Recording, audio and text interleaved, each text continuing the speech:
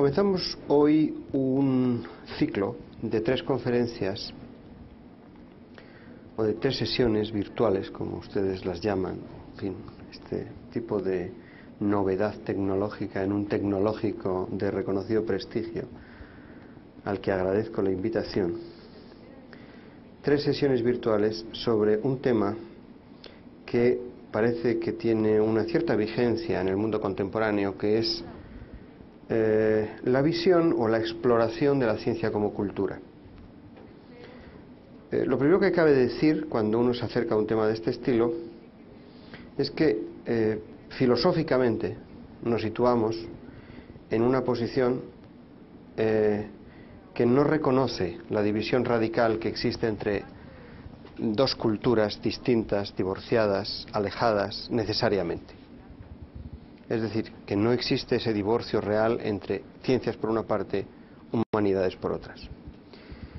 Y quiero hacer esta salvedad antes de comenzar a establecer los vínculos con el tema del día, porque es como salir al paso de una obviedad o decir una verdad de perogrullo, pero que es muchas veces necesario, porque las verdades que son tan elementales muchas veces se nos hacen un poco confusas, se nos pierden de vistas.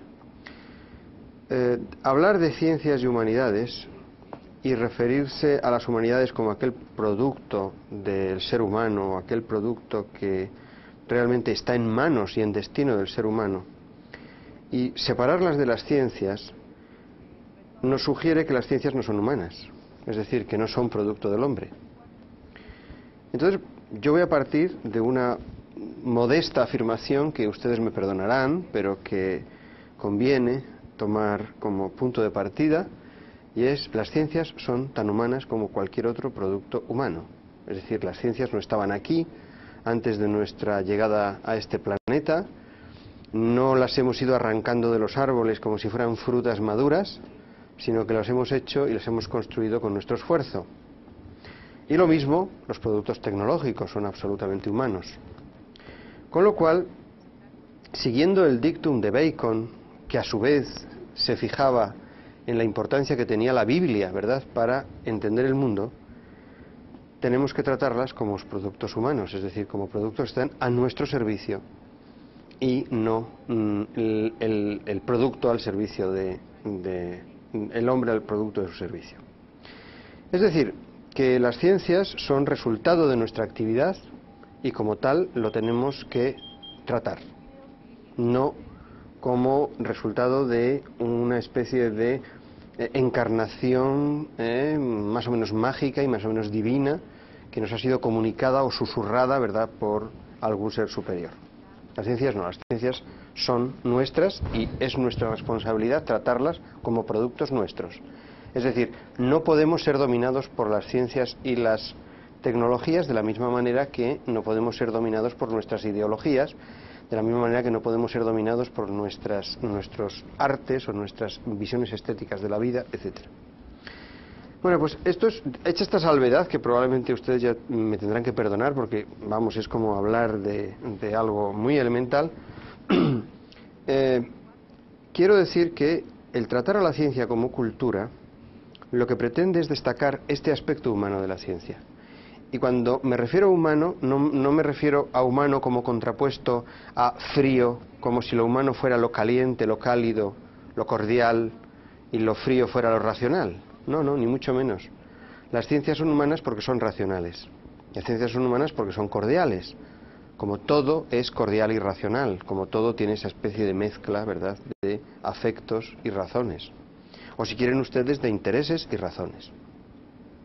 O sea que desde ese punto de vista voy a abordar el problema de la ciencia como cultura, de la tecnología como cultura, y voy a intentar llamarles a ustedes la atención, espero que con algún resultado, acerca de la importancia que tiene esa percepción, esa aproximación a la ciencia y a la tecnología tratadas como seres humanos dentro de un contexto cultural. Lo primero la primera sesión la dedicaremos a el carácter histórico de la ciencia, es decir, a destacar lo importante que ha tenido para la ciencia tener historia.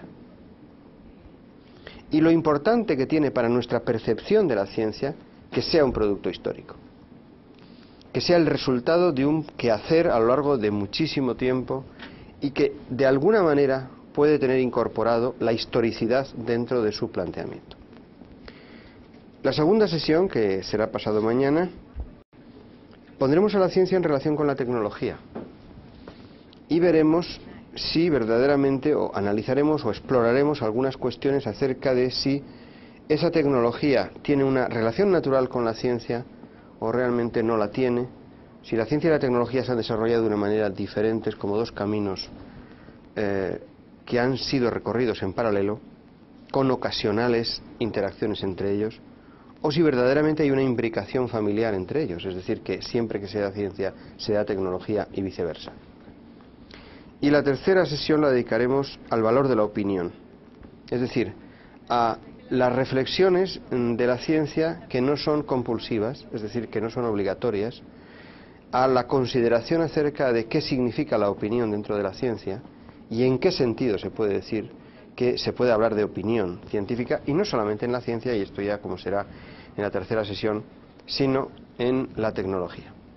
Bien, entonces vamos a centrarnos en el tema de hoy, que es la ciencia dentro de la historia y el sentido que tiene para la ciencia tener historia. Y para eso yo creo que es necesario, y precisamente para darle esa hondura humanista a la ciencia, es necesario hacer una pequeña consideración elemental acerca del valor de la memoria. ¿Por qué queremos recordar nosotros acontecimientos? ¿Por qué han surgido las historias? ¿Cuál ha sido la finalidad de los relatos que nos han hablado del pasado? Esto es verdaderamente importante para entender el sentido que tiene la historia. Casi se puede decir que nosotros vivimos en el pasado, muy difícilmente vivimos en el presente. Casi siempre estamos haciendo referencia a acontecimientos que han pasado. Construimos de alguna manera nuestra objetividad, nuestra cultura, con referencias al pasado, que van desde nuestras referencias personales, todo el mundo quiere saber quién es su familia y todo el mundo quiere tener esa especie de ascenso familiar, hasta nuestras referencias colectivas, todo el mundo quiere saber la historia de su ciudad, por qué las cosas están donde están, la historia de su provincia, la historia de su estado, y en el caso de nuestra época, del estado de nuestras naciones, que es una palabra que surgió en el siglo XIX de una manera verdaderamente interesante, ¿no? Es decir, la historia es lo que amuralla nuestra objetividad, lo que da sentido a nuestra objetividad y a nuestra cultura. La historia es una forma de memoria que los antiguos reproducían de una manera especialmente bella. Cuando alguien moría, atravesaba un río que se llamaba el río del Eteo, que quiere decir el río del olvido, de tal manera que morir significa ser olvidado, morir significa olvidar. Es decir, la relación de la muerte con el olvido no solamente es una metáfora, sino también es una descripción de nuestra propia biografía. Cuando nos falla la memoria, cuando realmente comenzamos a tener mala relación con nuestro pasado, nos crea una inseguridad, esa situación tal que decimos que estamos enfermos, porque realmente estamos a punto de morir, estamos quitando, digamos, los lazos con el pasado.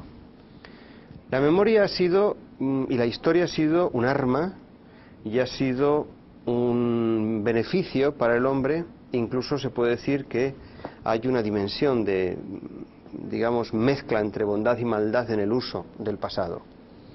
El pasado nos ha llevado a reivindicar cosas que eran terriblemente dañinas muchas veces en su misma reivindicación, y por otra parte nos ha llevado a reconstruir ese pasado, a intentar reconstruir ese pasado. Pero no tenemos muchos elementos para reconstruir nuestro pasado.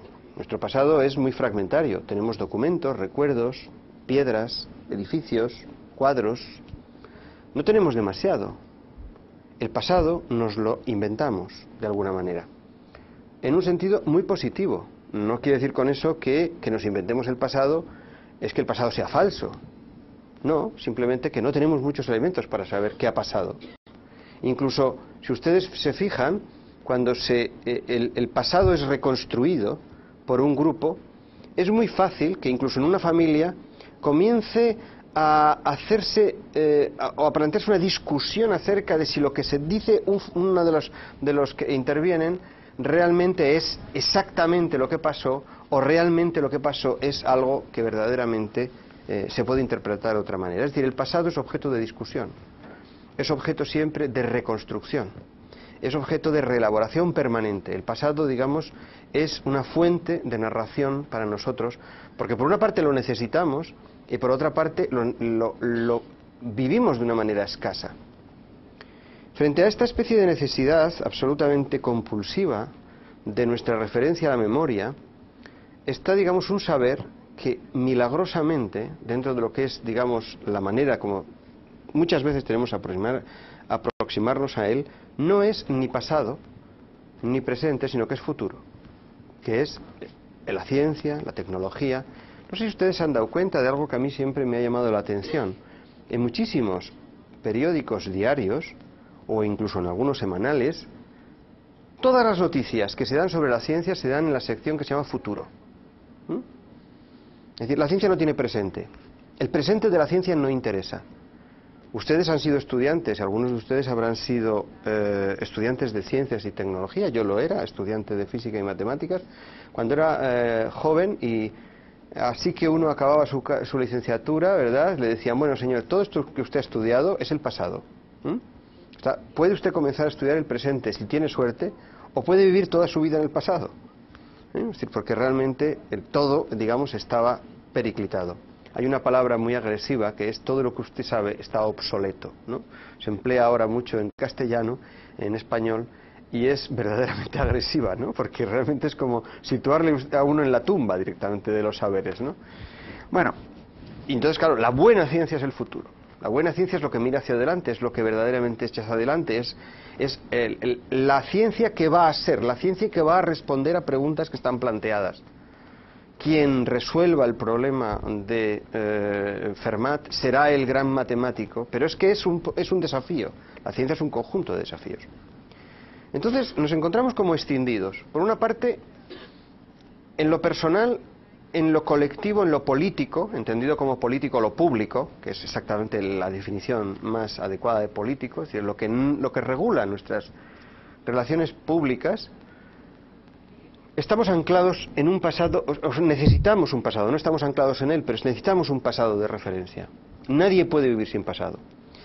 Pero en lo que se refiere a nuestro conocimiento de la naturaleza, al conocimiento de cómo se organiza el mundo, racionalmente hablando, no necesitamos, parece, el pasado, sino estamos viviendo en el futuro. Ustedes se preguntarán inmediatamente, entonces, ¿para qué queda el presente? Pues el presente queda para muy poco, el presente es pura evanescencia. Y sin embargo, digamos, nosotros solo vivimos presente. Es decir, no somos capaces de vivir pasado nada más que en los relatos y futuro nada más que en los deseos. Y entonces estamos viviendo en un presente que es verdaderamente radical. Y es un presente radical que está articulado ante contextos culturales que dependen de exactamente el momento en el que vivimos. Podemos percibir que un escriba en la época del imperio, la dinastía 12-13 de los imperios egipcios, sabía muchas matemáticas, era el individuo que más matemáticas sabía, pero no sabía únicamente sumar y restar y hacer repartimientos proporcionales. Pero era tan importante como un profesor del MIT, es decir, como un individuo que tenía un conocimiento matemático extraordinario. ¿Por qué? Pues que vivía en su presente, vivía con relación a su presente.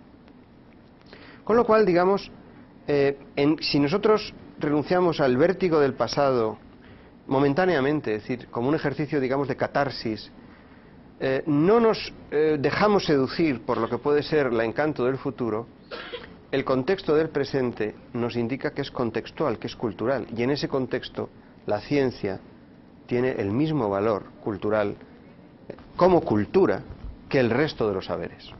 Lo que pasa es que eso que es, digamos, una situación, podríamos decir, aunque la palabra sea excesivamente pedante, ontológica, después, pragmáticamente, no es así.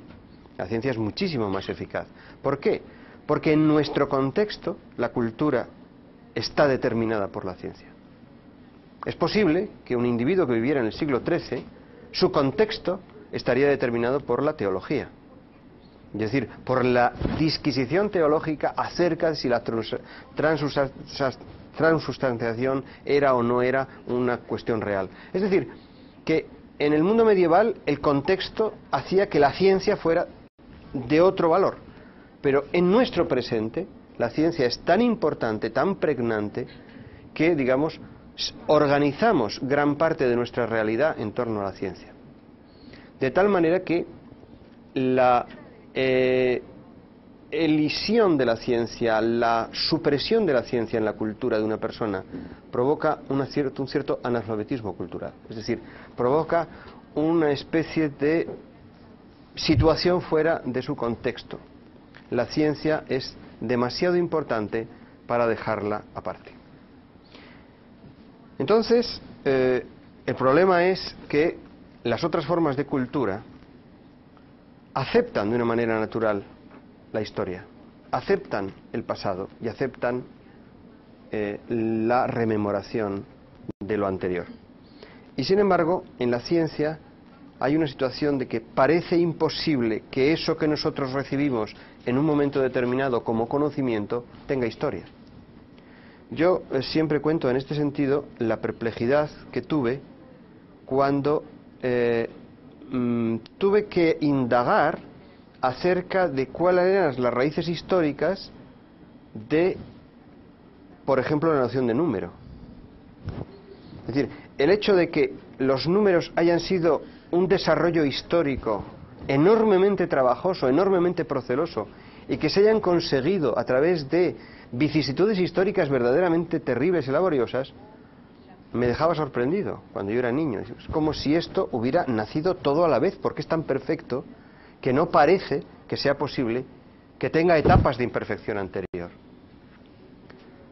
Y lo mismo puede ocurrir cuando uno sabe algo. Cuando uno conoce algo de una teoría científica, le parece mentira que no haya salido de golpe, que no haya salido en un solo trazo. Bueno, pues la historia está en la ciencia exactamente igual que en el resto de las culturas. Lo único que hace falta es aprender a verlo, aceptar que eso es así y tener la idea clara de que esa ciencia es el resultado de un proceso histórico. Ahora bien, el problema es ¿qué tipo de proceso histórico? ¿Es igual el proceso histórico de una ciencia al proceso histórico de cualquier otra forma de cultura? La respuesta es siempre matizada y ya les digo, no intento resolver las dudas que atormentan a historiadores de la ciencia desde hace cientos de años, ¿verdad?, en una sesión por muy videoconferencia que sea, es decir, por mucho aporte de todos los medios tecnológicos que tengan. Yo en estas 3 sesiones no pretendo dar respuestas, sino abrir preguntas y, de alguna forma, establecer inquietudes, porque para eso está el resto de la vida, para contestarlas. Yo no les voy a dar a ustedes recetas ni soluciones para nada, simplemente voy a intentar que ustedes comiencen a pensar y a lo mejor dentro del tiempo pues les interesa mucho o a lo mejor no les interesa absolutamente nada lo que les digo, en cuyo caso pues cierran su carpeta y se acaba el problema. Es decir, ¿qué sentido tiene la historicidad para la ciencia? Es decir, ese contexto en el que verdaderamente nosotros trabajamos, que nos obliga a trabajar nuestro presente, ¿qué valor tiene? Y la respuesta es muy elemental, por lo menos la primera respuesta. Se pueden dar muchísimas respuestas, pero la primera es muy elemental, y es el estudio del carácter histórico de ese contexto nos sirve para conocer mejor el contexto. Esta sensación de que hay que estudiar la historia para entender el presente es verdaderamente algo que nos tiene que atraer, porque es verdaderamente el sentido fundamental del estudiar la historia de una cultura y, por supuesto, la historia de la ciencia. La historia nos sirve para entender el presente, es decir, estudiar la memoria nos sirve para estudiar el presente, sobre todo cuando ese presente aparentemente no tiene memoria. Es decir, cuando alguien prescinde de algo del pasado, es que algo oculta en el pasado. La ciencia oculta en el pasado su contingencia, es decir, el hecho de ser un conocimiento que tiene, digamos, un carácter dinámico y, por supuesto, tan contingente como cualquier otro tipo de conocimiento humano. Lo que no quiere decir que no sea seguro, porque lo que seduce de la ciencia es precisamente el que sea un conocimiento seguro. Es decir, si sabemos cuál es la solución a una ecuación diferencial, no podemos decir que dudemos de ese conocimiento. No, ya sabemos algo, que es cómo se resuelve una ecuación diferencial, cómo se hace una integración por partes, o cómo se calcula un ciclo de Carnot, o cómo podemos contar, ¿verdad?, los cromosomas en una célula, o cómo se puede teñir el tejido nervioso de tal manera que podamos estudiar las conexiones que se dan. Evidentemente parece que son hitos que no se vuelven atrás. Sí, pero ¿cómo se ha producido eso? ¿Cómo realmente se ha elaborado esto? Verdaderamente es algo que nos puede enseñar mucho acerca de cómo debemos seguir investigando y cómo podemos entender nuestro presente. Y cómo podemos relativizar ese presente en relación con el resto de las culturas.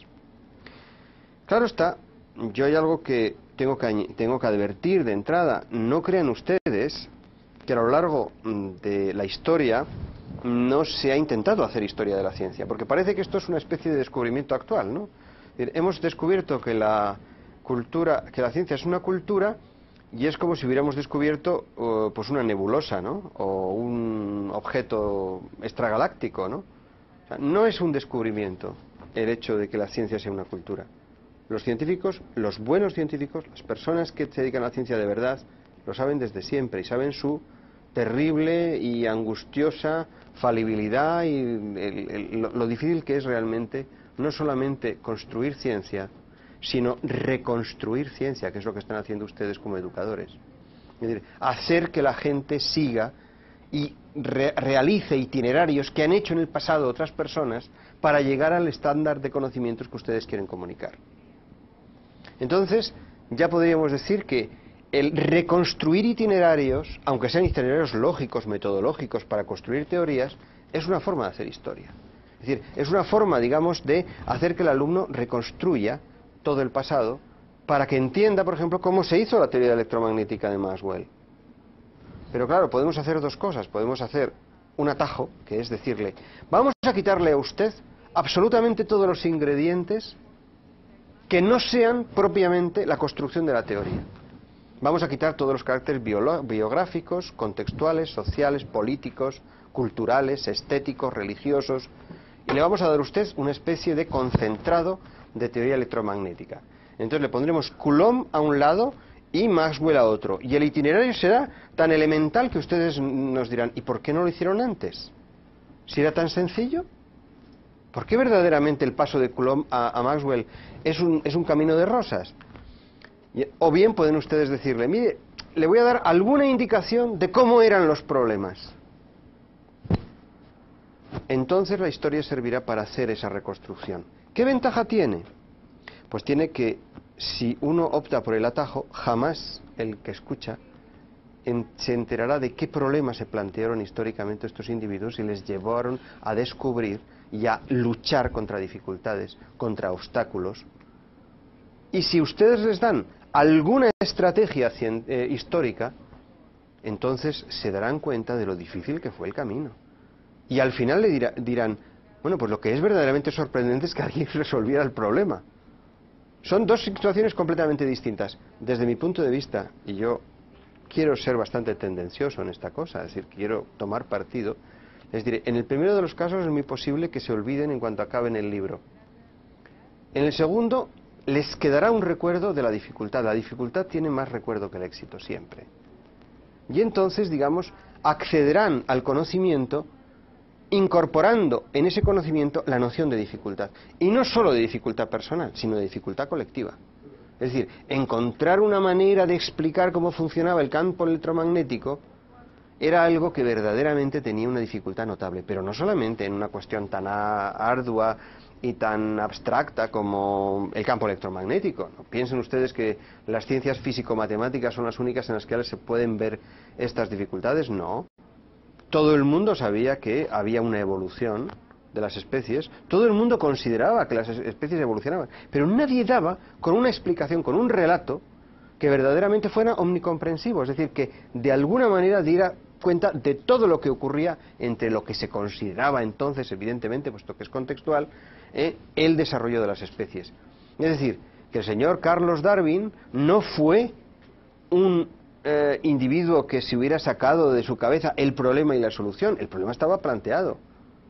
Y él, de una manera muy tímida, casi sin querer hacerlo, pues adelanta una solución.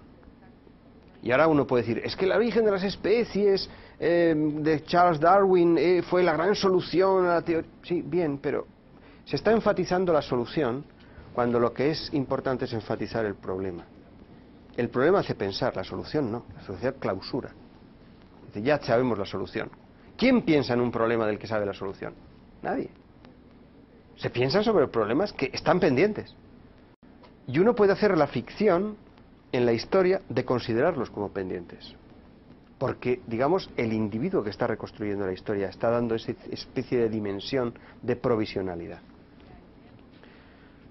Ya les digo que esto lleva a pensar que, bueno, la historia y la relación de la historia con la ciencia no es en absoluto algo nuevo, no es algo que yo haya descubierto, no es algo que yo haya inventado, porque, digamos, aparece con la propia ciencia. Es decir, la necesidad de establecer el pasado en la ciencia aparece con la misma ciencia y además incluso les digo con más intensidad al principio porque la ciencia era menos presente. Es decir, cuando realmente el conocimiento, o sea, el conocimiento en general, era más escaso y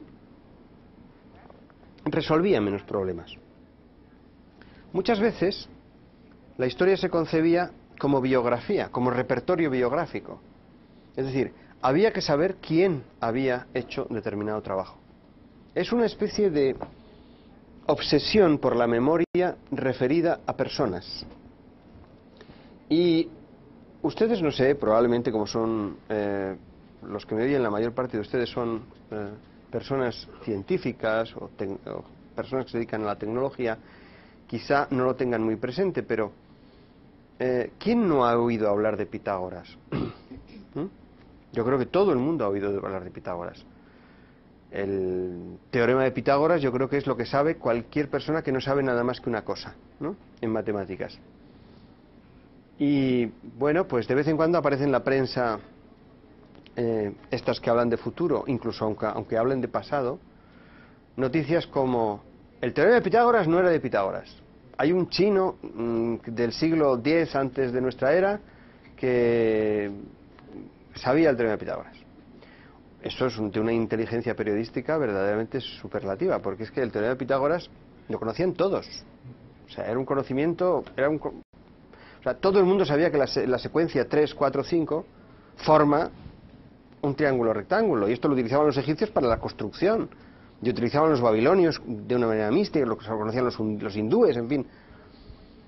Incluso puede pensarse que había matemáticos chinos que daban a ese conocimiento una determinada generalidad, ¿no?, que es lo que parece que da, digamos, interés al teorema de Pitágoras. Bien, entonces uno, cuando estudia el contexto aquel en el que se hablaba de Pitágoras, llega a la siguiente conclusión. El problema del teorema de Pitágoras es que no es de Pitágoras porque probablemente Pitágoras no existió, ¿no? Es decir, Pitágoras es un relato construido posteriormente, lo que no quiere decir que no hubiera un señor que se llamara Pitágoras, pero que realmente no existe el matemático Pitágoras tal y como los historiadores de la matemática muchas veces lo ponen por pura comodidad, porque saben que es más fácil hablar de Pitágoras que no hablar de Pitágoras. En el siglo XII, XIII se hablaba de Pitágoras como si Pitágoras hubiera existido antes de ayer. Pero si uno, por ejemplo, dice, bueno, en estas versiones de la historia se ve especialmente lo que es la capacidad de invención, nos encontramos con que el primer relato que nos da cuentas de Pitágoras con mucho detalle es del siglo II, III después de nuestra era, y Pitágoras es un individuo que teóricamente se sitúa en el siglo VI antes de nuestra era. Es decir, que hay 900 años de diferencia. Hombre, yo creo que la tradición oral es muy poderosa, pero 900 años de tradición oral transmitiendo cosas de Pitágoras nos puede hacer sospechar que el Pitágoras del siglo II no tiene nada que ver con el Pitágoras del siglo VI. ¿Qué es lo que ocurre? Que hay necesidad de hipostasiar el relato, es necesario de convertirlo en biografía en aquella época. Es necesario que Pitágoras exista. Es necesario que todo se deduzca de una sola persona. Es decir, es una forma de hacer historia de la ciencia. ¿Por qué en el caso este de Pitágoras es especialmente importante? Por lo que les he dicho antes de la sorpresa que produce la matemática cuando se la considera un conocimiento formado, completo. Uno no puede pensar que no haya sido creado de una sola vez, con lo cual la mejor manera de crearlo de una sola vez es asignarlo a una sola persona. Es decir, que desde ese punto de vista, la ciencia como biografía fue utilizada como una defensa de la propia ciencia, es decir, como una manera de convencer, es decir, como una retórica persuasiva para convencer que la ciencia tenía un cierto sentido. Bien, y después ya ustedes verán que las historias que se hacen de las ciencias comienzan a cambiar de carácter, que es verdaderamente importante. A partir del Renacimiento, la cuestión cambia completamente. Voy a citar simplemente nombres muy conocidos de historiadores, de científicos, para no entrar, digamos, en cuestiones muy de detalle. Pero, ¿quién no conoce a Galileo? ¿Quién no conoce a Newton? ¿Quién no conoce incluso a Kepler? Y estoy hablando de personajes que de alguna forma están asignados biográficamente a leyes científicas, ¿no?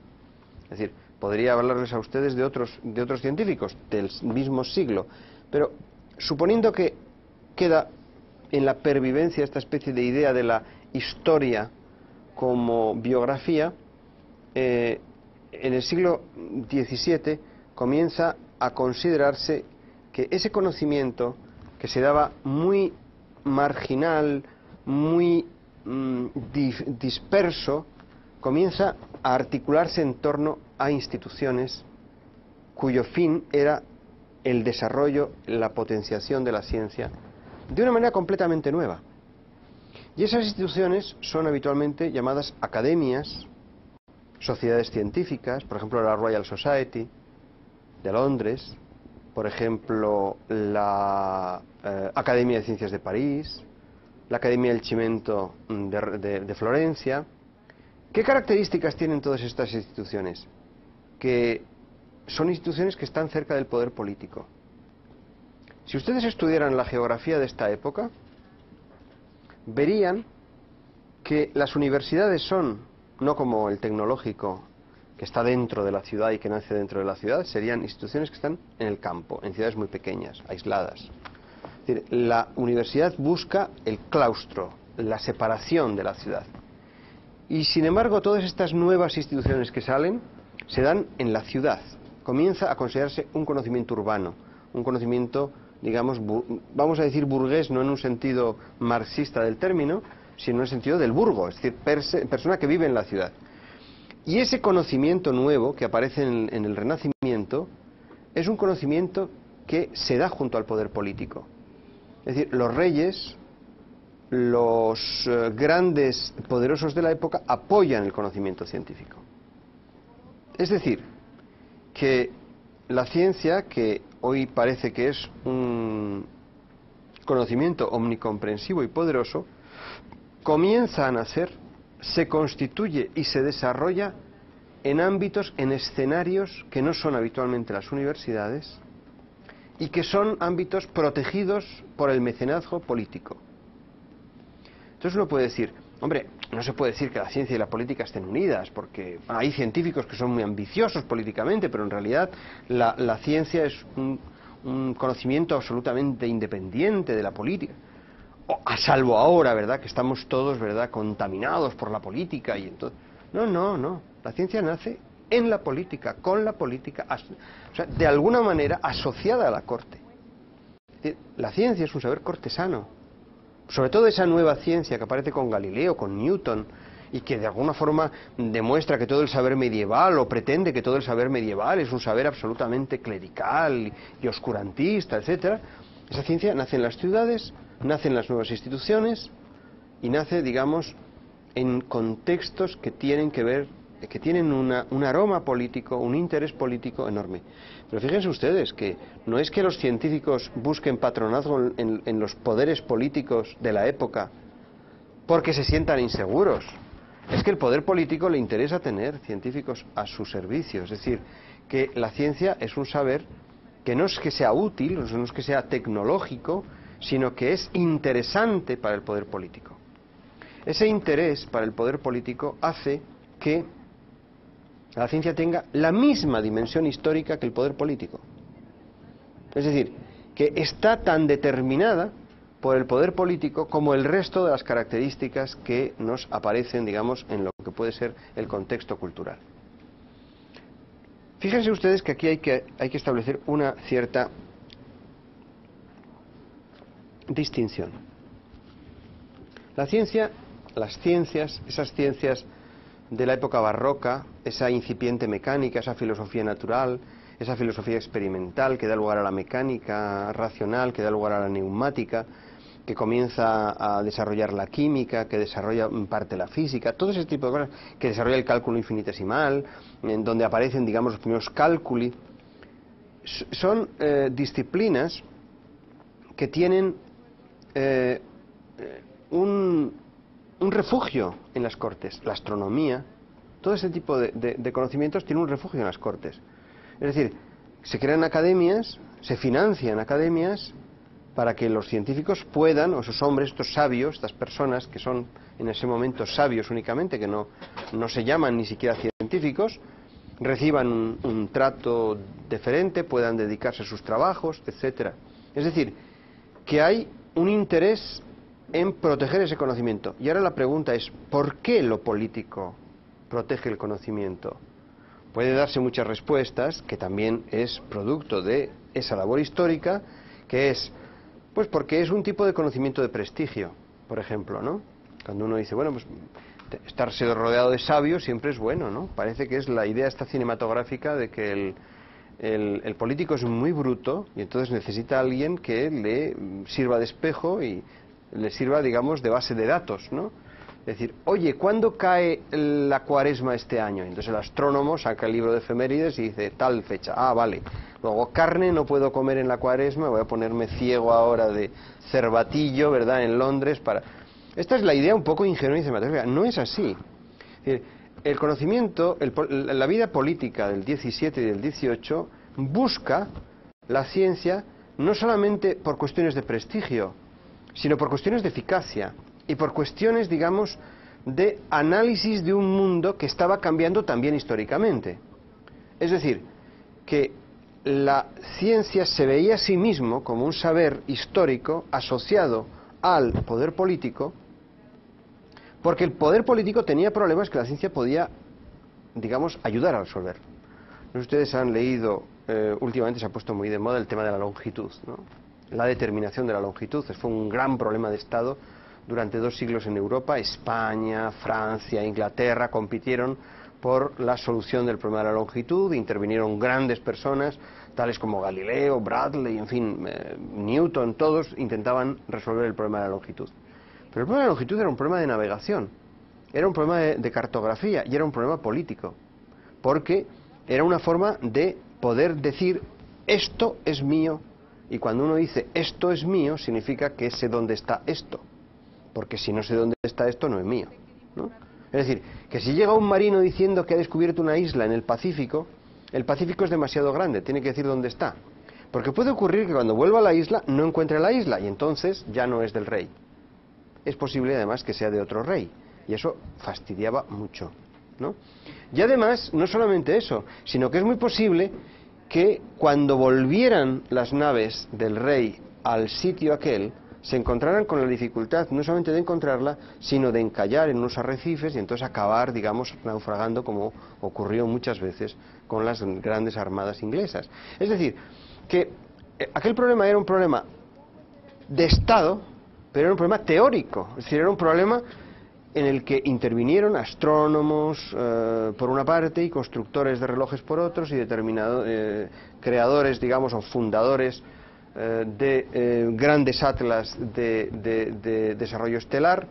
Es decir, que se hicieron esfuerzos tanto en la astronomía como en la relojería como en las técnicas más diversas para resolver el problema de la longitud. O sea que la corte no solamente tenía un interés teórico en problemas científicos, sino que pensaba que la ciencia era un conocimiento que estaba relacionado con la vida cotidiana, de alguna manera. Es decir, que conocer muy bien el cálculo infinitesimal y fomentar el desarrollo del cálculo infinitesimal no solamente era una cuestión de física de matemática básica, sino que estaba relacionado con problemas de mecánica celeste, que a su vez estaban relacionados con problemas de navegación, que a su vez estaban relacionados con problemas políticos interesantes de cartografía. Es decir, que cualquier estudio que nos remita al pasado nos pone una ciencia muy parecida al presente. Habrá elementos, digamos, que serán genuinos del presente. Y habrá elementos que están, digamos, anclados en el pasado y que no se han transmitido al presente. Pero la búsqueda de ese pasado no es una búsqueda estéril, porque nos hace entender por qué la ciencia hoy es como es. Pero no solamente desde un punto de vista, digamos, teórico, interno, metodológico, como resolución de problemas, sino como saber asignado a contextos, referido, digamos, a situaciones políticas, no solamente situaciones económicas, que es lo que verdaderamente se suele destacar, sino a relaciones sociales, contextuales, etc. Y uno puede decir, incluso, bueno, pero esta especie de historicidad de la ciencia, ¿cuándo se comienza a ocultar? Es decir, ¿cuándo se comienza a escamotear a la consideración cultural? Porque uno puede decir, sí, bien, hay algunas características políticas de la ciencia que la encontramos en el pasado, pero es un hecho que nosotros vemos que los científicos cuando trabajan procuran no hablar de historia, y que cuando reconstruyen el pasado, cuando reconstruyen la historia de su disciplina, es una reconstrucción ahistórica. Entonces uno puede decir, ¿esto también está en la historia? Es decir, ¿ha habido un momento en el que la ciencia ha comenzado a sentirse tan importante que podía incluso desprenderse de la historia? Esto también puede uno preguntárselo legítimamente. Y quizá la respuesta a esa pregunta es lo más interesante de la historia de la ciencia, es decir, lo más interesante del contexto de la ciencia como cultura. Claro está, evidentemente no les voy a ocultar que esto es objeto de discusión permanente entre historiadores de la ciencia y entre científicos. O sea que lo que yo les voy a dar no es que voy a correr el velo de Tanit y entonces va a aparecer la verdad, ni mucho menos. Pero les voy a decir sobre qué se trabaja en este momento y sobre qué aspectos se llama la atención para poder responder a esa pregunta. Y como siempre, las respuestas medianamente plausibles son muy complejas.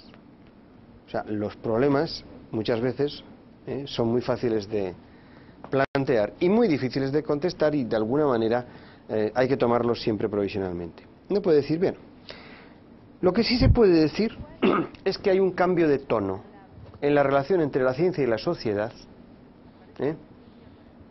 a partir de la Revolución Francesa.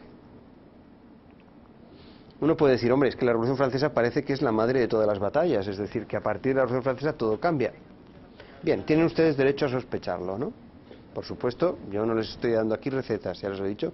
Me bastaría simplemente con que tuvieran curiosidad por leer algo, ¿no? Esto ya, o sea, algo de historia de la ciencia o de alguna forma tener algún contexto con respecto a esto. Bien, la Revolución Francesa. ¿Por qué? Y ahora ya estoy dando una argumentación o un discurso persuasivo para que ustedes se fijen en ese hecho. No estoy presentándoles un problema apodíctico, sino estoy insinuando argumentos. Pues la razón es muy sencilla, aunque la explicación es muy complicada. En la Revolución Francesa es la primera vez que se dan científicos en el poder político. Es decir, podríamos decir, los científicos toman el poder. Ustedes pueden después darle el valor que quieran, porque habitualmente cuando uno oye hablar de la Revolución Francesa, siempre se oye hablar de cosas espectaculares, ¿no? Porque tenemos una visión bastante relacionada con Hollywood, ¿no? En este tipo de cuestiones, ¿no? Y entonces, pues, las masas de París, ¿no?, asaltando la Bastilla, o el asalto a las Tullerías y la Guardia Suiza muriendo ante las balas de los tricolores, estas cosas que nos parecen así como una especie de conmoción. Pero en realidad, digamos, la Revolución Francesa fue algo más que el periodo del terror. Y es verdad que algunos científicos murieron en la guillotina, pero no por ser científicos, sino por ser otra cosa. Por ejemplo, por ser recaudadores de impuestos que nunca han caído bien, ni en la Revolución Francesa, ni antes, ni después. Entonces, Lavoisier, por ejemplo, era fermier general, era uno de los fermiers general de Francia, y como todos murieron en la guillotina, eso sí, eran demócratas, no hacían excepciones.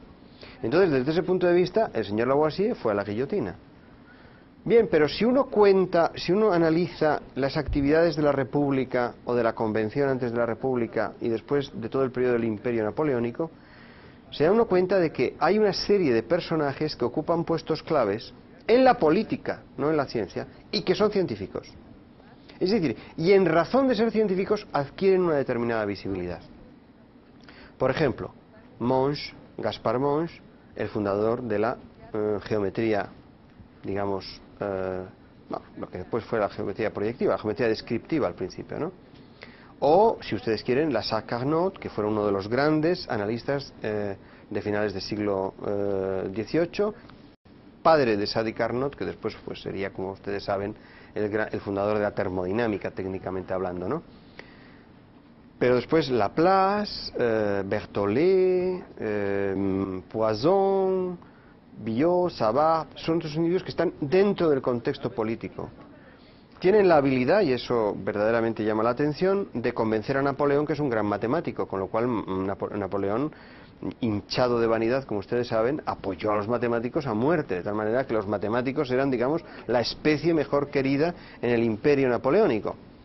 Es decir, que los científicos comienzan a tener una visibilidad. ¿Y qué les ocurre a estos científicos? Que toman digamos, una parcela de la realidad política de un país de una extraordinaria importancia, que es la educación.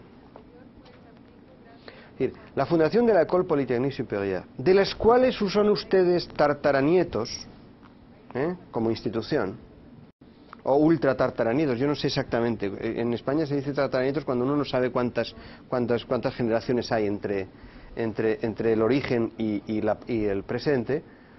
Es el resultado de la acción de un grupo de científicos que quiere formar tecnológicamente y de una manera rigurosa desde el punto de vista de la ciencia a las élites francesas que van después a tener, digamos, que mandar en el país. Es decir, la ciencia se convierte en una herramienta de poder. Ya no es, digamos, un conocimiento cortesano, ni universitario, ni de muy poca gente, sino es una herramienta de poder importantísimo. Es decir, ya las generaciones de polytechniciens dominan la vida económica, política francesa, son los grandes científicos, etc. Digo, no es lo único, pero es un elemento importantísimo. Y entonces, digamos, la ciencia comienza a convertirse en una herramienta de visibilidad del poder enorme, y al lado de eso hay otro aspecto importante, y es que comienzan a organizarse las ciencias de una manera mucho más disciplinada que hasta entonces. Por ejemplo, uno puede decir, el siglo XIX es un siglo en el que aparecen ciencias muy sorprendentes para una persona contemporánea. Uno puede pensar que la física es una ciencia antiquísima, la física tal y como hoy la entendemos. Lo que es muy antigua, relativamente antigua, es la mecánica, pero la física, para que se hagan ustedes idea, la primera vez que se hace una sección de física en la Academia de Ciencias de París, que era una institución de referencia en Europa y en América, y lo fue después cuando las colonias británicas, españolas se independizaron y portuguesas y se crearon todo lo que hoy es el cuerpo de repúblicas americanas, es una disciplina que se crea en 1785. Es decir, con lo cual, digamos, es una disciplina que tiene tantos años como Estados Unidos de América del Norte, como disciplina, digamos, ¿no? Otra cosa es que se estudiaran fenómenos eléctricos, magnéticos, en fin, esto es otro problema. O que la mecánica fuera una ciencia, pero la termodinámica, el electromagnetismo, la óptica física, la espectroscopía, todo esto es del siglo XIX. Con lo cual, al lado de un incremento del poder político, de influencia de los científicos en el siglo XIX, a partir, digamos, de la Revolución Francesa, y promovido precisamente por el hecho de que la Revolución Francesa es el escenario en el cual los científicos adquieren visibilidad pública y los ciudadanos comienzan a verlos como salvadores ante agresiones exteriores contra la República. Bueno, pues al lado de eso está el hecho de que las teorías científicas comienzan a desarrollarse de una manera absolutamente precisa, metodológicamente potente, y comienzan, digamos, a crearse las grandes teorías científicas, que hasta el siglo XIX solamente existía la teoría de la gravitación, digamos, sobre la naturaleza, ¿eh? En matemáticas es otro problema. Entonces, digamos, hay una especie de mecanismo muy curioso. Se produce ciencia y se comienza a reconstruir al mismo tiempo esa ciencia. ¿Por qué? Porque se necesita utilizar esa ciencia para la educación. Por ejemplo, les voy a decir un dato elemental, y no quiero abrumarles con datos, y perdónenme si he sido demasiado preciso en algunas cuestiones, pero he sido lo menos posible, por lo menos desde mi punto de vista, para que el discurso se entendiera.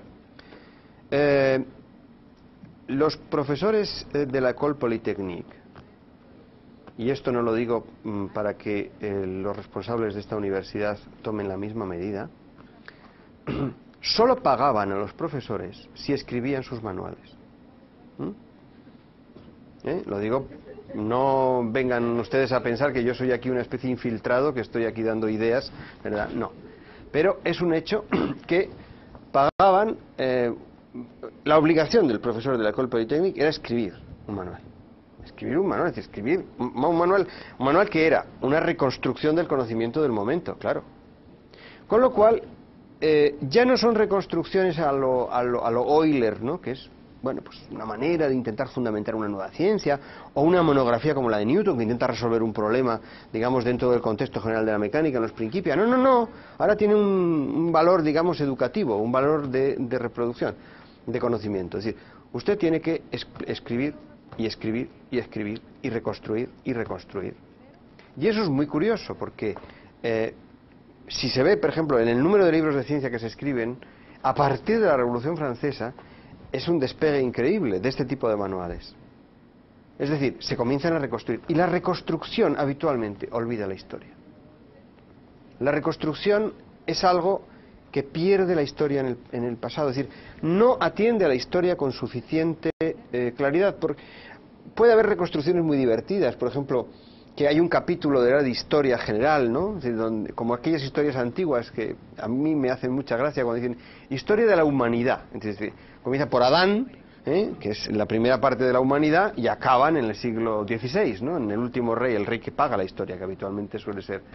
Bueno, pues estas presentaciones de historia de la ciencia, históricas de la ciencia, cuando se hacen esas reconstrucciones, muchas veces son graciosísimas, porque hablan de cosas antiquísimas y la gente se remite a acontecimientos casi míticos, como puede ser el caso de Pitágoras, ¿no?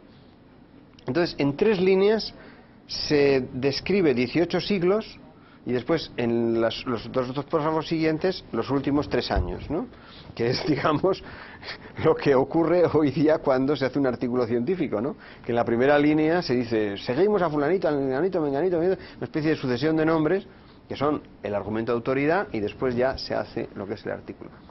Es decir, esa especie de aumento de poder político de la ciencia, por una parte, y aumento de peso cognitivo, es decir, que realmente se sabía mucho más y tenía capacidad el mecanismo de producción de conocimiento, de producir conocimiento y de reconstruirlo y de utilizarlo con la educación, es una de las causas por las cuales la ciencia comienza a presentarse ahistóricamente. Es en la transmisión cuando se presenta ahistóricamente y se priva, digamos, de esa capacidad de reconstruir la ciencia, digamos, y de ver cómo han ido surgiendo los problemas.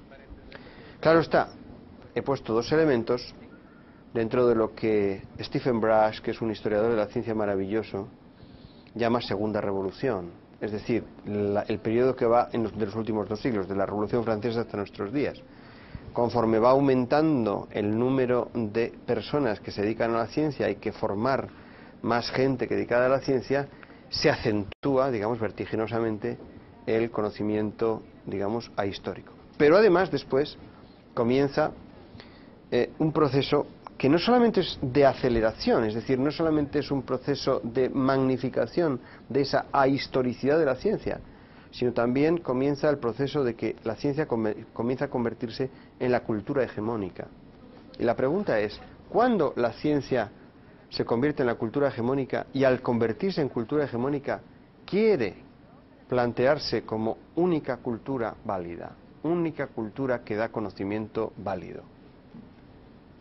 Esto sí que es interesante verlo y rastrearlo en el pasado, porque de ser muy importante a ser el único hay un paso, pero es un paso que se da. Para muchas personas la descripción de la realidad ahora es puramente científica, lo que no es científico no vale para nada. Es más bien, es un tipo muy exótico, porque, en fin, además de estas cosas científicas, tiene creencias religiosas y cosas de este estilo, ¿no? Es una cosa muy, muy rara, ¿no? O estéticas, vamos, o maneras de... Es decir, es curioso, ¿no? Es decir, o sea, la ciencia es tan importante que es la única. O la ciencia no tiene contexto social. O la ciencia es neutral. La ciencia no tiene responsabilidad. Es decir, ese tipo de cuestiones, claro está, ya les he dicho y les he advertido que no les iba a resolver la vida. O sea, que no les iba a resolver los problemas que ustedes se van a plantear si es que realmente les interesa plantear ese tipo de problemas, sino que voy a intentar simplemente decir, señores, estos problemas son los que hay. Y son los que uno tiene que pensar. Y son los que uno tiene que plantearse. Porque entonces, digamos, nos encontramos con una versión y una aproximación a la ciencia, a una ciencia, que no se convierte en una cultura hegemónica, sino que intenta convertirse en una cultura exclusiva. Y además, no porque haya una conspiración, sino porque lo hacemos nosotros mismos como educadores. Es decir, desplazamos cualquier tipo de valor que no sea un valor metodológico articulado en torno a la ciencia. Y esto es preocupante. No es una trivialidad, porque la ciencia no es neutral. La ciencia tiene, digamos, responsabilidad. No la ciencia, los científicos, las científicas tienen responsabilidad. Es decir, realmente cuando se construye un conocimiento, ese conocimiento tiene, digamos, una dimensión, una responsabilidad. Bueno, como nos quedan todavía 3 días y me han recomendado que haga una pausa para respirar un poco y beber un vaso de agua, pues les abandono a ustedes, los que estén en línea, en red, durante unos minutos y volvemos en breve para atender a preguntas que ustedes quieran plantear y para comenzar a animar un cierto debate. Muchas gracias. Buenas tardes. Reanudamos la conferencia o el formato que ustedes quieran, ¿no? En forma de preguntas que se pueden hacer y comentarios que yo procuraré contestar. En principio, quería hacer una apreciación que antes de contestar cualquier pregunta o antes de entrar a hacer otro tipo de comentarios. Y es que cuando se dice que la ciencia es una forma de cultura, no quiere decirse que la ciencia sea cualquier cultura. O sea, la ciencia tiene una eficacia que la ha hecho convertirse en una cultura dominante, además de otros motivos por los cuales se ha convertido en dominante, que son de carácter histórico. Cuando digo que la ciencia es una cultura exactamente igual que el producto literario, etcétera, no quiero decir en absoluto que da igual escribir una novela que hacer una teoría de la relatividad. Ni muchísimo menos. Es mucho más difícil o más fácil hacer una novela que la teoría de la relatividad, según se quiera, pero digamos tienen carácter diferente. Es decir, el hecho de que sea una cultura quiere decirse que sea un producto humano y que influye dentro del contexto social y que determina y se determina a sí misma por los contextos sociales. No, digamos, establece una especie de monotonía axiológica que da exactamente igual una forma de cultura que otra. O sea, que eso lo quiero decir de antemano porque puede sin no dar lugar a confusión. Precisamente la gracia, el interés y todo lo que puede decirse de la ciencia es que es una forma de cultura especialmente insidiosa, porque una vez que uno, digamos, pone en circulación una idea, esa idea es pública. Imagínense ustedes que quieren que la humanidad olvide cómo se fabrica un arma,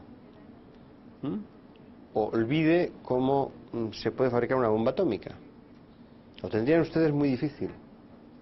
Podrían impedir que se fabrique un arma atómica por otros motivos, pero no por el olvido. Es decir, porque es un conocimiento que, digamos, tiene unas características que llaman la atención por el carácter intersubjetivo que tienen. Y evidentemente la física atómica es una forma de cultura, pero bastante inevitable, ¿no? En el sentido de que no se puede fácilmente borrar de nuestra historia y borrar de nuestra memoria, ¿no? Lo digo simplemente como un ejemplo. Bien, y antes de pasar a los comentarios que ustedes me han hecho, han tenido la amabilidad de enviarme, quisiera hacer una referencia a algo que ustedes me han pedido algunas veces cuando yo todavía estaba en España, de algo para leer, algo para preparar el curso. Yo no pretendo que ustedes hagan lecturas antes, o no he pretendido que hagan lecturas antes del curso, sino pretendo que las hagan después. Es decir, pretendo que si les interesa, esto tenga un efecto, una inercia, que les prolongue el curso. Y para ello he preparado una bibliografía bastante extensa de libros publicados, unas veces en castellano, en español, otras veces en inglés, de historia de la ciencia, que está ya en la red, está subido a la red. Evidentemente es tan abundante que lo único que quiero es que lo tengan ustedes como una bibliografía de referencia. Y después, conforme vaya pasando el curso, y después, yo les iré poniendo a ustedes, les iré ofreciendo referencias bibliográficas que pueden ampliar de alguna manera su curiosidad acerca de los problemas de cultura científica, de historia de la ciencia, etcétera. Teniendo en cuenta que es bastante extenso todo el planteamiento que les puedo ofrecer, y además que entre los historiadores de la ciencia, por ejemplo, o entre los filósofos de la ciencia, no hay acuerdo. Hay discusión sobre los problemas. Es decir, que unos historiadores prefieren reducirse a lo que es el desarrollo de las teorías científicas, otros historiadores estudian la experimentación científica, otros estudian las instituciones científicas, otros la relación de la ciencia con la política, otros, en fin, de la ciencia con la educación. Entonces van ustedes a encontrar que no hay un cuerpo canónico de doctrina asentada de lo que es la historia de la ciencia, sino que hay muchas opciones y muchas, digamos, variantes en ese sentido. Entonces, además, creo que para el próximo día les convendrá a ustedes ir a la red y hacer un ejercicio muy elemental. Yo les he puesto unos, como yo no sé si aquí se dice en México, pero en España se dice los deberes, ¿no? Los deberes es lo que se manda a los niños para que hagan en casa, ¿no?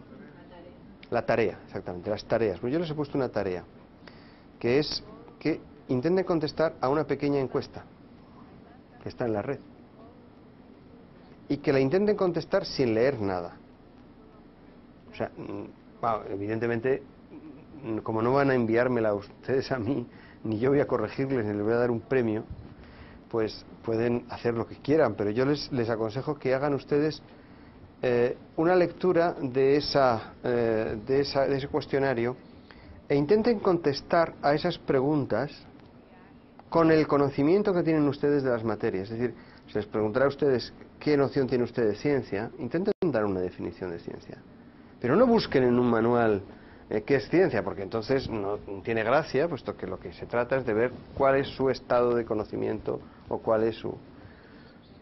Y después hay una serie de preguntas más, no les voy a desvelar una cosa que es trivial, ¿no? Si ustedes la guardan, lo intentan contestar, y después propongo una especie de chat colectivo, ¿no? Y por supuesto no al mismo tiempo, no sincrónico, porque entonces nos obligaría a estar todos, ¿no?, metidos en el chat, sobre este problema, sobre los temas del cuestionario, relaciones entre ciencia y tecnología y percepción, digamos, de las épocas históricas. Si a nosotros nos dicen eso, la palabra Pitágoras, ¿en qué siglo la situamos, no? O si la situamos si es anterior, antes o después de Hipnotep, ¿no?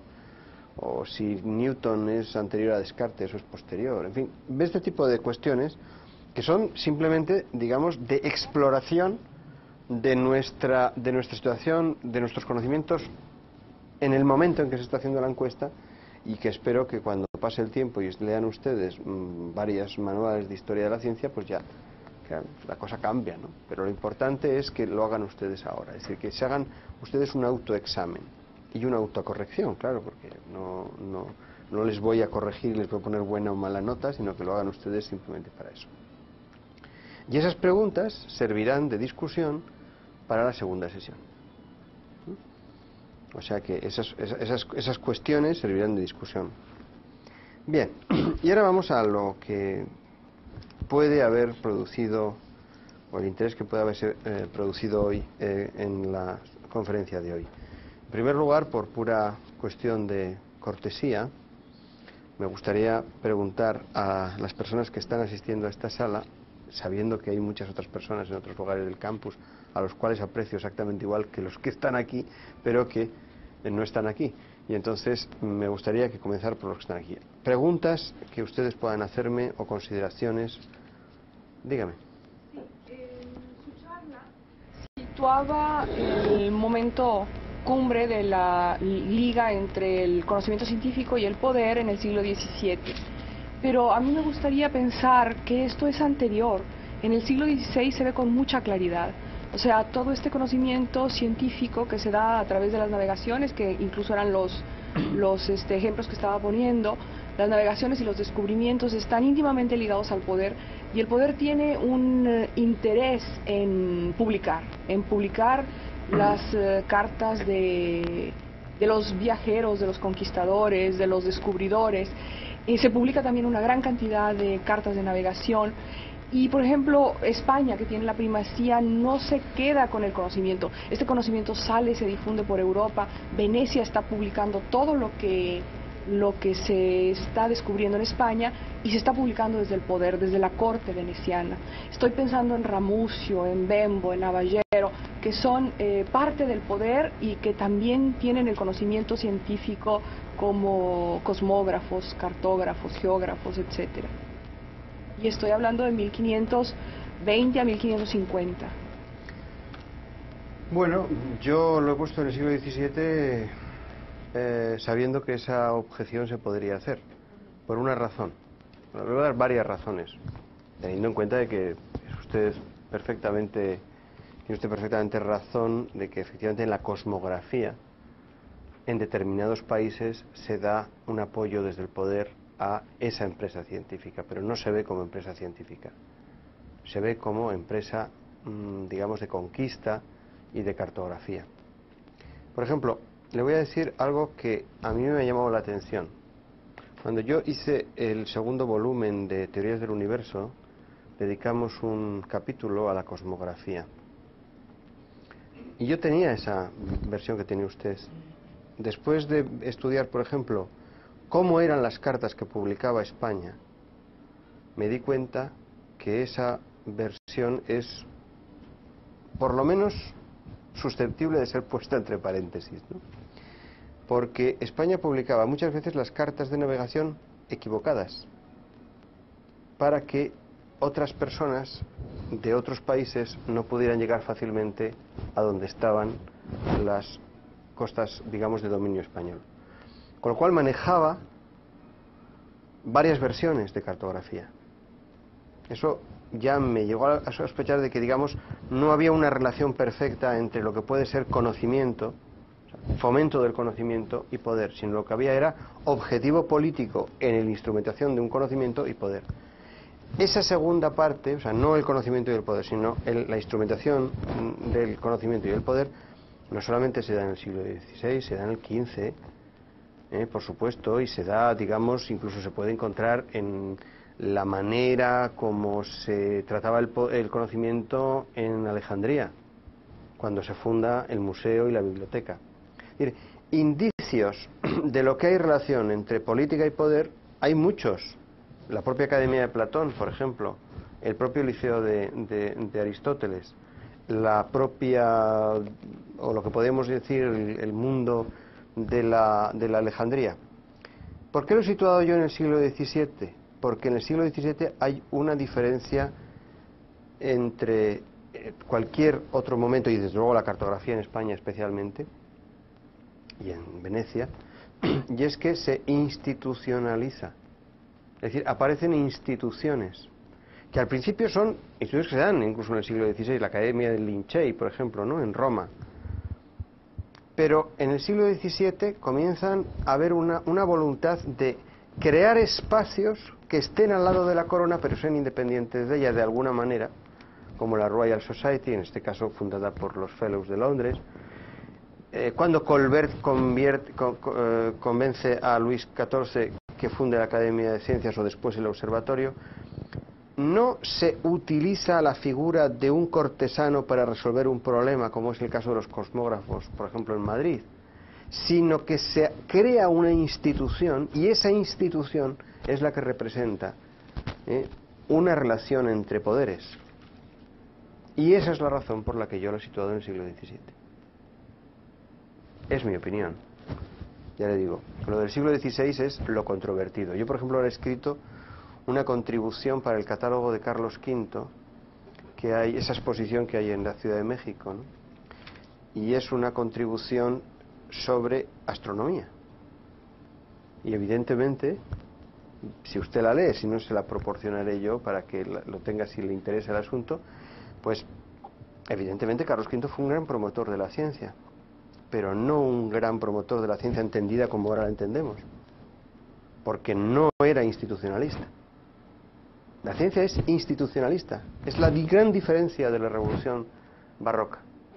Es decir, la ciencia se da en instituciones.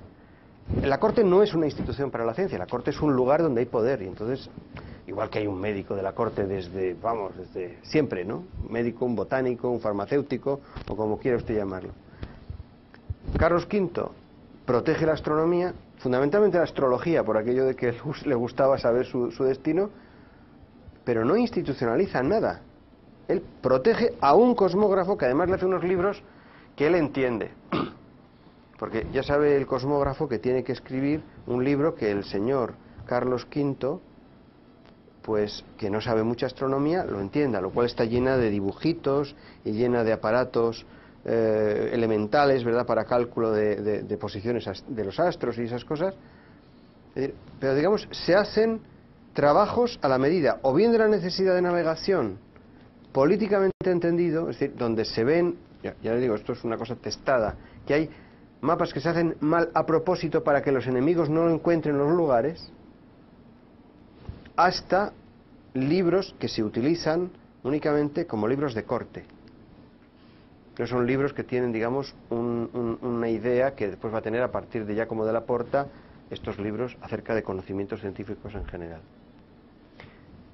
Lo pongo en el siglo XVII porque Galileo con los Médicis funda la Academia del Cimento, y ahí cambia completamente las relaciones entre ciencia y poder. O sea, es una novedad la existencia de una institución. Eso es lo que verdaderamente crea la novedad. Y en torno a esa institución se crea un desarrollo científico completamente diferente a antes de la existencia de esa institución. Por ejemplo, el trabajo individual de una persona es muy meritorio. Por ejemplo, Tycho Brahe funda un observatorio por encargo del rey de Dinamarca y hace las mejores mediciones de su época. Fantástico. Cuando su discípulo Kepler, ya trabajando para Rodolfo II, aplica esas mediciones a la cuestión, digamos, de cómo se mueven los planetas, hace ciencia, de acuerdo. Pero el momento en el que todo eso comienza a efervescer, de tal manera que comienza a ser fecundo, es cuando todos esos individuos encuentran un ámbito donde puedan comunicarse. Y eso ocurre cuando se fundan academias, y sociedades científicas en el 17. Esa es la razón por la que yo pongo, digamos, esa frontera. Pero evidentemente tiene usted razón en el sentido que se pueden poner otras. Pero entonces hay que explicar mucho más. Y sobre todo hay que explicar la falibilidad del conocimiento en esa época. Es más, le diría que en aquella época los que representan un conocimiento más singular y más atractivo para mí, por lo menos, son los itinerantes, ¿no? O sea, personajes que no pertenecen a ninguna institución, pero tampoco a ninguna corte. Paracelso, por ejemplo. O personajes como Leonardo da Vinci. ¿Comprende? O sea, yo creo que la corte entra en función cuando funda instituciones. Y entonces sí que se distingue, porque si no, comenzamos a encontrar que en el siglo XIV también había algo parecido, que en el siglo XIII había algo parecido, que en el siglo XII había algo parecido, y que ya llegamos a... Entonces, digamos, no es una frontera tan nítida. El siglo XVII es, digamos, el momento en el que, de una manera bastante clara, ¿no?, la cultura urbana fomenta ese tipo de institución cortesana, ¿no?, que puede suceder que esté completamente financiada por la corona, como ocurría con la Academia de Ciencias de París. Pero el académico de la ciencia de París gozaba de una independencia y de una capacidad de comunicación con el resto de científicos de Europa que no lo había conocido nadie, nunca nadie antes. Mientras que el trabajo de un cosmógrafo, en el fondo, es un trabajo secreto. Es un trabajo de poder, es decir, es un trabajo en el que tiene que tener mucho cuidado de lo que dice, porque como se vaya de la lengua, se puede enfadar todo el resto de los navegantes porque le están invadiendo el terreno al rey. Y esa es la diferencia que yo hago. No sé, bueno, lo he explicado mucho, pero podemos seguir hablando porque es un tema, por otra parte, apasionante. ¿Más preguntas? Dos preguntas que me gustaría que usted ahondara al respecto, dado sus referentes filosóficos alrededor del conocimiento sobre ciencia. Una de ellas es si la ciencia no es neutral, sino que se ubica dentro de un contexto social y político. En particular me gustaría conocer de usted su punto de vista respecto a la ideología. Siempre la ideología está presente. Entonces, ¿qué tanto condiciona la generación de ciencia la propia ideología? ¿Y qué tanto podríamos identificar producciones de ciencia masivos, digamos, en bloques sociales importantes, la presencia de la ideología? Esa es una. Y la otra es relativa a ciencia y cultura. Creo que no es lo mismo la ciencia en primer mundo que países en desarrollo. Entonces, justamente, me parece que hace falta la presencia de la ciencia en la cultura. Y también quisiera saber su comentario respecto a fomentar una mayor cultura de la ciencia, porque a veces pareciera como que estudiamos ciencia, pero en el fondo es más doctrinario, en el sentido de que en realidad no se desarrolla pensamiento científico, ni culturalmente se promueve el desarrollo de pensamiento científico, ni aún en universidades, aunque aparentemente todo pareciera tan científico, pero en realidad no lo es, porque en el fondo a nadie le interesa, más que fuera de ciertos contextos académicos, en términos de que no se promueve culturalmente. Bueno, con respecto a la ciencia y la ideología, o sea, cuando la palabra cultura es una palabra delicuescente, complicada, en fin, todos sabemos lo que significa, pero nadie lo suele definir, en fin. Y la cultura requiere mucha explicación, o sea, que yo he utilizado la cultura como los latinos utilizaban los postulados, ¿no?, que es postulo, pido, que ustedes acepten ese conocimiento difuso, esa especie de referente difuso, porque todos más o menos lo entienden, ¿no? Aunque si comenzamos a ahondar, la cuestión ya nos llevaría a discusiones serias, ¿no? Si fuera un congreso, en vez de ser una presentación y un intento de estímulo de que ustedes se tomen en serio facetas que no sean puramente metodológicas de la ciencia o que no sean puramente reconstructivas de la ciencia, pues evidentemente habría mucho que hablar. Si en vez de hablar de cultura se habla de ideología, el problema se multiplica ya de una manera exponencial. ¿Comprende? Porque ya ahí le diría, mire, depende de quién hable cuando habla de ideología. Es decir, es evidente. Por ejemplo, Kepler, y por citar un personaje que a mí me resulta fascinante como matemático, era un místico. Y era una persona que estaba completamente convencida, porque tenía una formación muy religiosa, que Dios había depositado en el mundo información acerca de él mismo. Entonces, que la actividad del astrónomo era una actividad teológica. No vamos ahora a hablar de ideologías del siglo XX, estamos hablando de ideologías del siglo XVII. ¿No? Y desde luego yo no puedo decir, en el caso de Kepler, que no fuera determinado por ese tipo de ideología, es decir, de manera de ver o de tener ese tipo de ideas. Pero no solamente eso, sino llevamos a una ideología más contemporánea, al de los sabios de la Revolución Francesa. Es decir, ¿por qué se desarrollaron determinadas ciencias más que otras? Por cuestiones, digamos, que no son de necesidad, sino de interés. Ya veremos cuando veamos mañana la tecnología que uno de los mayores, digamos, una de las mentiras mejor argumentadas de los historiadores de la tecnología es decir que todos los inventos están producidos por la necesidad. Entonces, la historia de la tecnología es el más claro desmentido de esa frase. Es decir, las cosas no se producen por necesidad. Otra cosa es que sean útiles, ¿verdad? Pero no se producen por necesidad, se producen por otras cosas. Ya lo discutiremos eso mañana. Pero, bueno, pues, si no es la necesidad, porque la ideología es la necesidad, ¿por qué es? ¿Es un motor delantero o un motor trasero lo que empuja, digamos, el desarrollo de una ciencia? Es decir, que en la Revolución Francesa había, digamos, componentes ideológicas. Había que, digamos, estudiar fenómenos ópticos porque se tenía interés en encontrar determinadas relaciones, ¿no?, entre el atomismo, ¿no?, de Newton y las teorías ópticas de entonces. Pero es que el atomismo ha sido una ideología prácticamente durante toda la historia de la humanidad hasta el siglo pasado. El siglo pasado es el XX. Es decir, yo no estoy hablando de ideología marxista, no estoy hablando de ideología en el sentido más elemental. Como cultura hemos hablado de ideología. ¿Hay algo que ha producido el atomismo como, digamos, ciencia así emergente? Muchísimas cosas. Y nadie era capaz de dar ni un solo observable acerca de lo que era un átomo. Pero todo funcionaba magníficamente si uno suponía que había átomos. Y había gente que se enfadaba mucho, ¿eh? La polémica que hay entre Boltzmann y Mach, o sea, Ernst Mach, acerca de si es legítimo o no es legítimo utilizar los átomos para describir la naturaleza, eso fue feroz.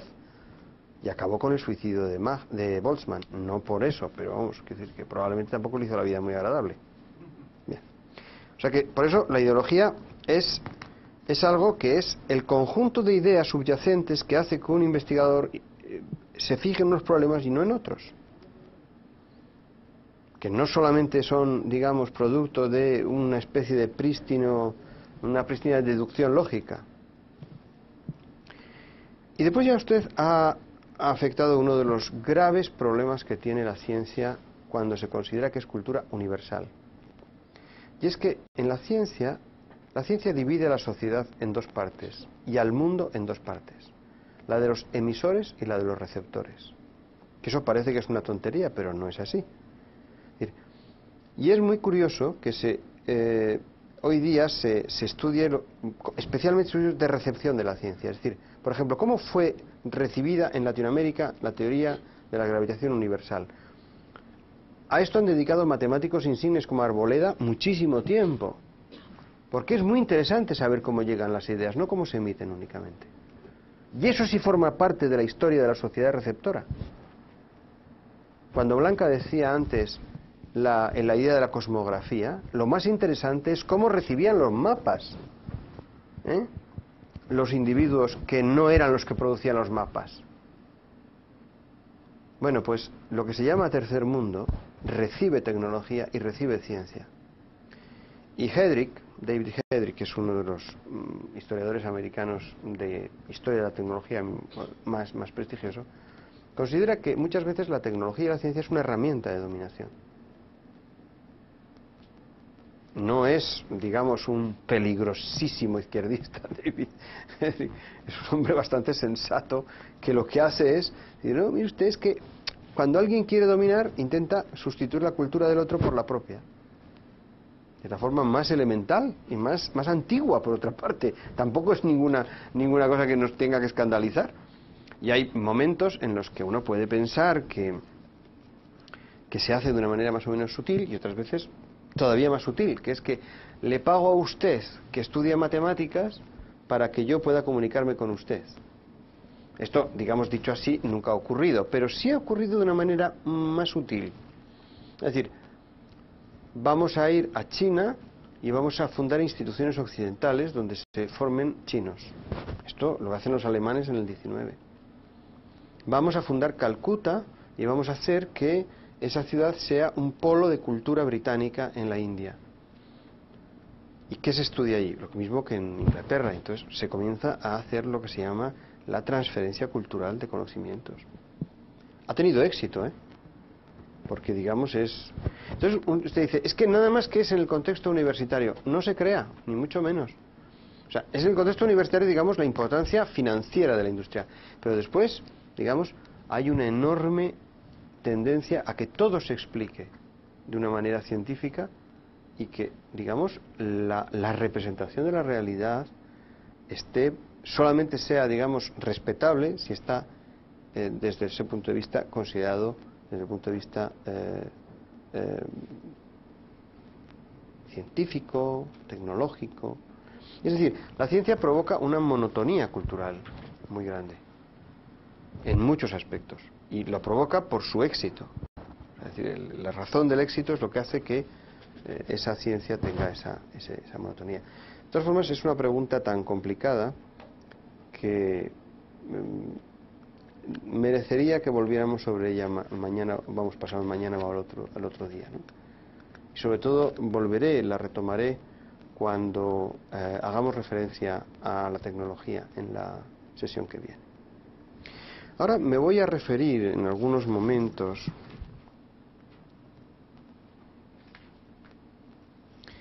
hay una pregunta que me han hecho escrita a mano, con lo cual supongo que será alguien que está aquí.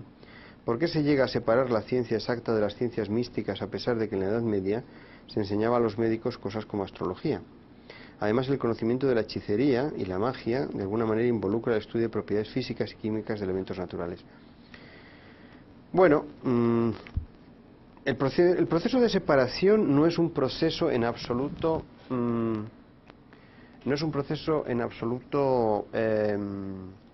claro y discriminado. Por ejemplo, los cosmógrafos a los que aludía Blanca o Kepler, que aludía yo, tenían como misión realizar las cartas astrales de las coronas, de las cortes, como una de las partes fundamentales y de los objetivos fundamentales, ¿no? De tal manera que, digamos, ya en el siglo XVII existía, o todavía en el siglo XVII existía un uso, digamos, político de la astrología. Incluso yo, en el artículo que les he dicho, que creo que lo voy a poner en red, ya puestos a que estas preguntas interesan, se veía que Carlos V le preocupaba fundamentalmente la astrología. Eso de que le interesaba la astronomía era una manera de hablar. Le interesaba fundamentalmente la astrología. Entonces, digamos, esa separación es una separación que se da fundamentalmente en el siglo XIX, es decir, cuando entra en funcionamiento la ciencia positiva. Es decir, la ciencia positiva elimina cualquier tipo de cuestión no científica. Y es el momento donde, digamos, aparece esa ciencia positiva.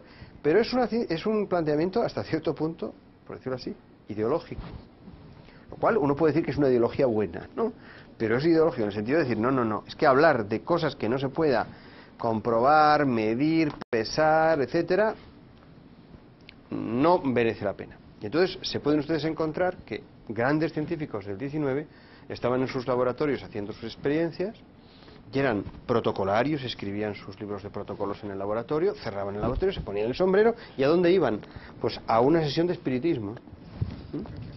que estaba completamente de moda en el mundo victoriano.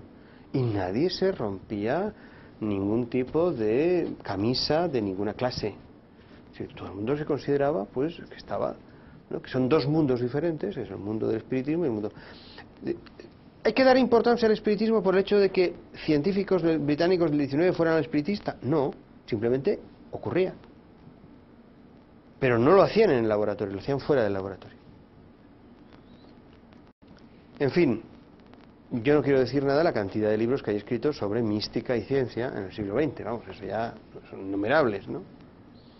¿Que uno le tenga que dar más o menos importancia? Mire, entonces cada uno es cada uno. Es decir, cada uno tiene que dar importancia a lo que quiere, porque en este tipo de cosas, digamos, se juega no en absoluto el destino colectivo, sino el destino individual. Bien, esta es la pregunta, y después las demás que han venido con mensaje, que son 4 preguntas más, las contestaré ahora mismo por correo electrónico, puesto que el tiempo se nos ha acabado. Continuaremos el próximo día y yo lo único que tengo es que agradecerles su atención y desearles que el próximo día estén aquí y podamos seguir charlando. Muchas gracias.